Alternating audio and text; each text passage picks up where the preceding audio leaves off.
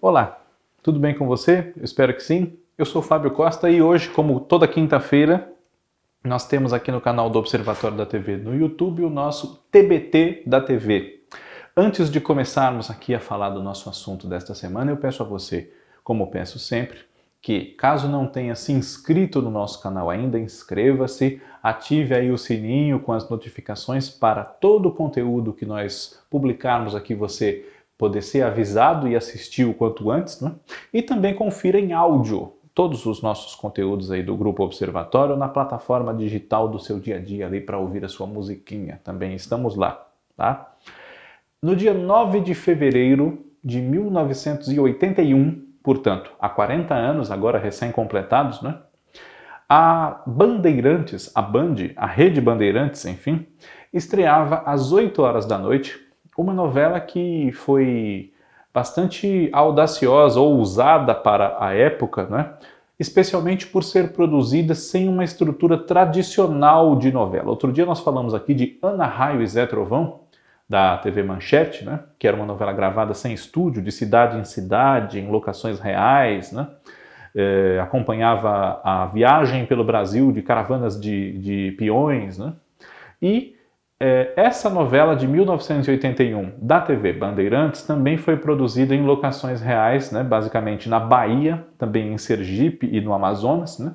Mas na Bahia era a maior parte das cenas, e sem uma estrutura tradicional de se produzir novela. Eu estou falando de Rosa Baiana, novela escrita por Lauro César Muniz. Mas antes de nós começarmos a falar da novela em si, temos que contextualizar, né, essa coisa que hoje pode parecer estranha para muita gente, né? Como Lauro César Muniz, que é um autor de novelas de muito sucesso na TV Globo e também fora dela, né, na TV Record, foi autor de As Pupilas do Senhor Reitor, de Os Deuses Estão Mortos e mais recentemente voltou à TV Record com trabalhos de bastante qualidade como Cidadão Brasileiro e Poder Paralelo. Lauro César Muniz havia deixado a TV Globo no começo de 1980, após problemas na realização de uma novela sua chamada Os Gigantes, que era protagonizada por Dina Sfati, Francisco Coco e Tarcísio Meira, né? Depois disso, ele ingressou na TV Bandeirantes como autor dessa novela, que era uma novela das 8 horas da noite, um horário nobilíssimo, né? E na época, a emissora do Morumbi, da família Saad, né, ela estava investindo bastante em dramaturgia, tinha 3 novelas no ar à noite, né, como a TV Globo, né, uma novela das 6, uma novela das 7, uma novela das 8, e dirigindo-a por esse período aí estava uma pessoa que já havia dirigido a TV Globo também, Walter Clark. E como um grande realizador do setor de telenovelas estava lá Walter Avancini, né?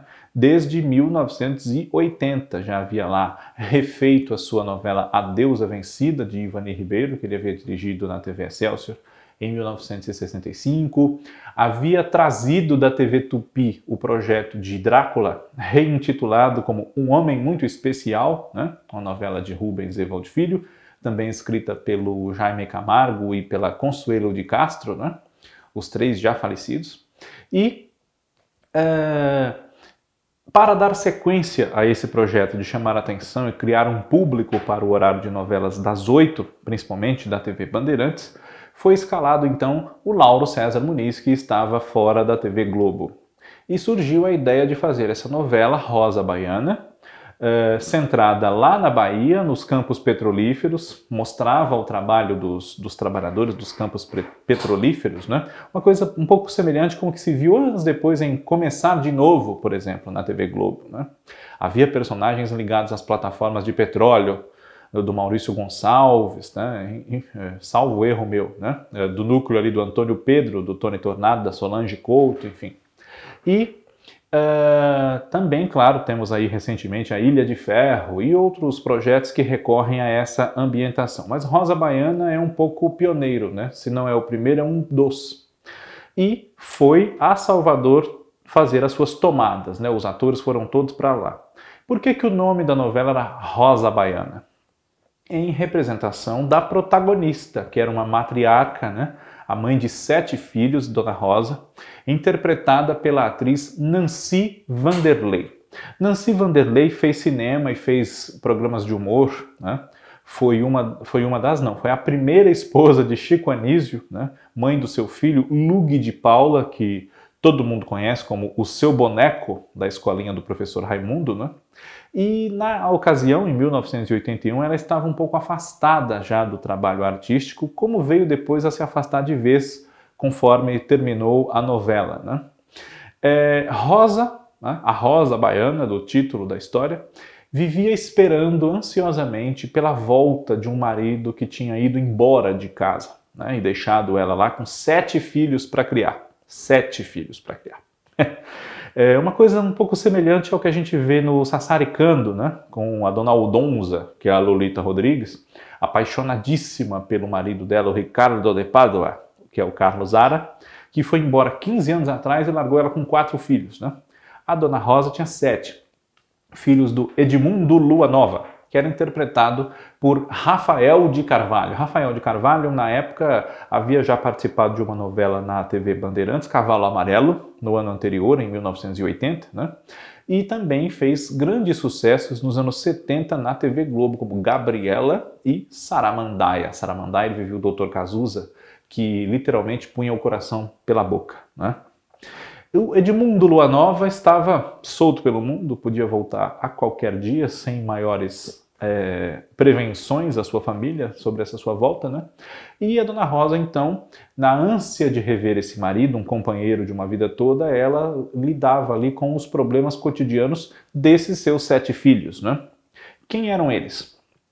Eram o Agenor, interpretado por Gianfrancesco Guarnieri, o Ivan, que era o personagem do Edgar Franco, o Braulio, que era Maurício do Vale, Walter Beleza, terror das mulheres baianas, que era o personagem do Raimundo de Souza, um filho adotivo, o Orestes, que era o Walter Prado, o Edinho, Taumaturgo Ferreira, que já estava também na emissora, havia feito Pé de Vento no ano anterior, Walter Prado também estava, também fez Cavalo Amarelo, e a única filha mulher, né, filha-mulher, da Dona Rosa e do Edmundo, que era a Cláudia, personagem da Tânia Regina.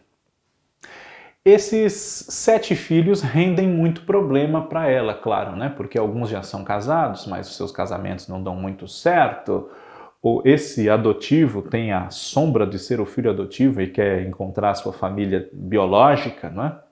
E os arranca-rabos que surgem com as muitas mulheres que andam atrás do Walter, enfim, né? A história vai se entrelaçando ali com os grandes conflitos da família da Dona Rosa Baiana. E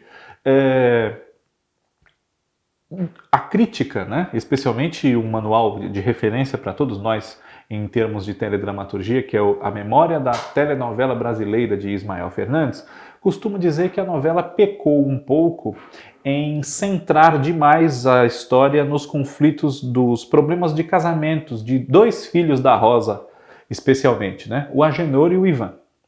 O Agenor era funcionário da Petrobras, trabalhava diretamente nos campos petrolíferos e se envolvia com uma mulher, digamos assim, de vida fácil, que era a Natália, o papel da Ana Maria Magalhães.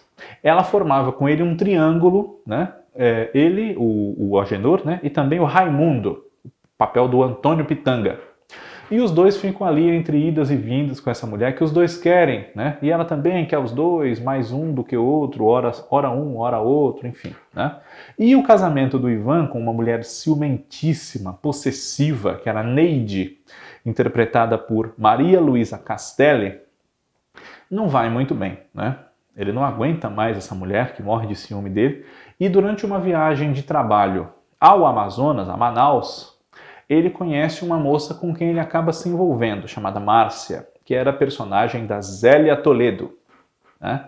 Esses 2 casamentos, 2 relacionamentos amorosos, enfim, desses 2 filhos especificamente da Rosa Baiana, se tornaram um grande eixo da história mesmo, né? Não é uma implicância, não é? Se você acompanhar os resumos da novela que vinham na imprensa, na época, nas revistas, nos jornais, você vai acompanhando realmente que a Neide é uma personagem que ganha cada vez mais importância, né? E, além deles, o conflito do filho adotado, o Orestes. Orestes encontra a família, né? E ele tem um problema, vamos dizer assim, com a sua irmã, que é a Helena, papel da Wanda Estefânia, né? Os dois têm ali uma tensão amorosa, mas ao mesmo tempo a Wanda Estefânia, a Helena, também tinha uma coisa com o pai dela. Numa recriação da Electra, né? Que Lauro já havia se inspirado na Electra, um clássico grego, né? Para compor uma novela sua dos primeiros trabalhos seus na televisão chamada Ninguém Crê em Mim, de 1966. Né? Rosa Baiana teve muitos problemas de realização, especialmente na captação de áudio. Isso era muito criticado naquela época, né? Principalmente em comparação com as suas concorrentes do mesmo horário, Coração Alado e Baila Comigo, da TV Globo, né? A primeira de Janete Claire e a segunda de Manuel Carlos. E todo problema de produção especificamente, se quebrasse um equipamento ou coisas assim, a novela não tinha lá uma base, a emissora TV Bandeirantes não fez uma base local forte que ajudasse, socorresse a produção da novela, né? Então, as gravações tinham que ser paralisadas por alguns dias, porque qualquer quebra, o aparelho tinha que ser mandado para São Paulo, né? Vejam vocês. Além disso, Lauro César Muniz se desentendeu, ali houve um desacerto com o primeiro diretor escalado para desenvolver Rosa Baiana, que foi Davi José. Davi José, que era ator, né? Ele foi o primeiro Pedrinho do nosso Sítio do Pica-Pau Amarelo na televisão, quando jovenzinho, adolescente, né? Ao vivo, com Júlio Gouveia nos anos 50. E foi diretor dessa novela Rosa Baiana, mas até a página 20. Né? Depois ele foi substituído por Sérgio Galvão, por Antonino Seabra, por Valdemar de Moraes, né? Diretores que também lutaram com esses problemas para realizar a novela, além da garra dos atores. Né? Os atores foram grandes parceiros do Lauro na empreitada, que em seu decorrer perdeu seu grande padrinho na emissora para aquela ousadia em telenovela que era Walter Avancini, que voltou para a TV Globo em 1981. Né? Então, a novela acabou sofrendo muito com essas trocas de direção, com a perda do apoio da emissora, da confiança nela ali, né? E foi realizada da melhor maneira possível, mas sem o esmero que talvez houvesse em condições mais tradicionais de realização de uma telenovela, se ela fosse feita em São Paulo, se fosse outra história, enfim, né? Ao mesmo tempo, por exemplo, a emissora produzia com muito sucesso e reconhecimento Os Imigrantes, de Benedito Rui Barbosa. Né? Então a gente tem uma ideia de como as condições de produção para o elenco de Rosa Baiana, para o autor, eram desiguais, né? Eram injustas. Né? Rosa Baiana terminou, depois de 141 capítulos, em julho de 1981. E o descaso com essa novela no seu decorrer foi aumentando, de modo que até ela perdeu o seu capítulo do sábado, nas últimas semanas de exibição, para que entrasse no ar um musical que era apresentado pelo Nelson Motta, chamado Mocidade Independente, um dos projetos levados adiante por Walter Clark durante a sua gestão na emissora, né? Entre final de junho e todo mês de julho de 81, a novela perdeu o capítulo do sábado. Isso porque tinha sido lançada com um capítulo especial de avant-première, ironicamente, num sábado, lá em fevereiro de 81. Né? E Edmundo Lua Nova? Voltou para casa? Voltou para a família ou não? Tem uma página triste quando a gente conta a história de Rosa Baiana, que é a morte do Rafael de Carvalho enquanto a novela estava no ar. Né? Ele faleceu, salvo erro meu, em maio de 1981. E havia gravado sequências para a novela e tudo, né? Mas a novela tinha que continuar ainda por algum tempo e não ia ter mais o Edmundo Lua Nova. Então a solução para esse retorno do personagem, né, se ele fosse realmente levado a cabo na novela, era usar cenas que o ator deixou feitas, porque Lauro César Muniz não quis substituí-lo. Não quis que outro ator fizesse Edmundo Lua Nova em cenas adicionais que ainda pudessem ser escritas, né? Enfim. Então, Como ele havia gravado cenas na pele de um palhaço, de um artista de circo, o desfecho da novela é a família de Edmundo atendendo a um convite seu para assisti-lo num circo ao qual ele havia se juntado, né? Então, cenas que ele gravou como palhaço, como artista circense, enfim, ajudaram no desfecho a mostrar Edmundo vivo, voltando para o convívio da sua família até, né? Mas de uma forma diferente, para que eles fossem vê-lo nessa coisa até lúdica, né? Como artista de circo, agora já um homem de uma certa idade, mas que havia descoberto um novo sentido para a sua vida e por isso ido embora de casa e, enfim, tomado outros rumos. Rosa Baiana, essa novela infelizmente um pouco esquecida, mas que merece ser lembrada para que nós vejamos como a história da nossa teledramaturgia aqui no Brasil às vezes tem ideias bastante ousadas, diferenciadas, não é? Seja no modo de fazer ou no modo de contar, né? O viés que se quer abordar aquela novela e, infelizmente, por um motivo ou outro, ideias assim acabam sufocadas pelas circunstâncias e nós voltamos a fórmulas mais tradicionais, né? De produção ou de narrativa. Mais um ponto, apesar do insucesso, que não é culpa dele, né? Mas mais um ponto na carreira desse grande dramaturgo que é o Lauro César Muniz. Se você não conhecia, é difícil, né? Tem só uns pequenos trechinhos de Rosa Baiana, um só talvez, na internet, exibido no especial de aniversário da Band na década de 2000, e nem é dos atores principais da novela, né? Tem um ator que faz um personagem secundário, ele chega e fala, posso dar uma tragada no teu cigarro e tal, e aí já vai para outra novela, né? Mas de qualquer maneira vale para a gente sentir como pode ser aquilo, né? Se você tiver acesso, consulte os arquivos dos veículos de comunicação que estão disponíveis, né? Como a revista Veja, o Globo, a Folha de São Paulo, o Estadão, que você vai encontrar informações dessa época da realização de Rosa Baiana. E, antes que eu me esqueça, não bastassem todos esses problemas, quando faltavam cerca de 20 capítulos para terminar a novela, um dos atores que fazia um papel de destaque, um dos filhos da Rosa, que era o Walter Prado, deixou o Salvador e voltou para São Paulo e não participou do final da novela como poderia ou como deveria. Então, muita coisa foi revelada pelo Lauro na sua insatisfação, na sua satisfação à imprensa, quando a novela terminou, né? Numa entrevista que ele concedeu. Na próxima semana, a TBT da TV está de volta relembrando momentos da história da nossa TV. Um grande abraço a vocês, conto com a sua audiência desde agora. Até lá!